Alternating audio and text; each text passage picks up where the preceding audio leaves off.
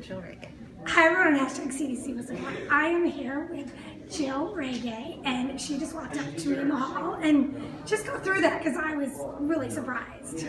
So I recognized Dana from the first time I saw her, which was many, many moons ago. I'm an old school autism biomed mom. 17-year-old. 17-year-old who's fully recovered, and the first time I encountered Dana was at a little across the parking lot, not official, but we're going to have Rashid Buttar in talking about TD DMPS as a way to chelate heavy metals.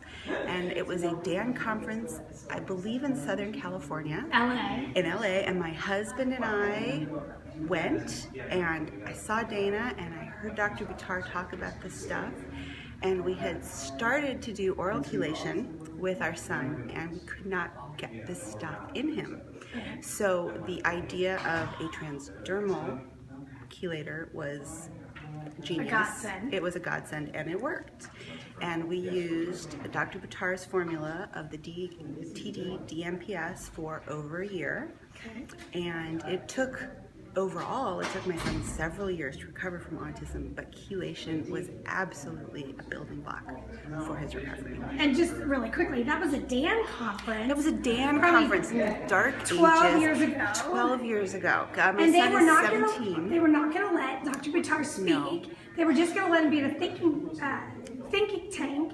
So I rented the ballroom across the street. Yes. And got flyers out to everybody at the conference, and they all walked over. We had a room for 350. There was standing room only. Buttar went for 4.5 hours. Did you end up going to do the clinic that we arranged for people to see Dr. Sawson, if you remember? And we did how not. did you get the... We were working with a DAN doctor named John Green. Oh, I love John Green. I love John, and I miss John because we haven't had to see him because our son is recovered. Oh.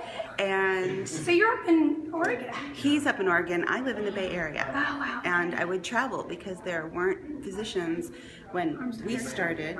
There weren't physicians who were willing to help us or able to help us. It was a little too fresh. Now there are several physicians in the Bay Area who are able to help out with kids. It's funny, Dr. Green's the one who taught me that Buttar's formula secretly had methionine in it, and that was one of the reasons I was working with, not to get off topic. So, what else was I going to ask you? You're thinking, tell me about that. I'm now part of the TMR 2.0 Thinking Mom. I write occasionally on the blog under the name Zorro.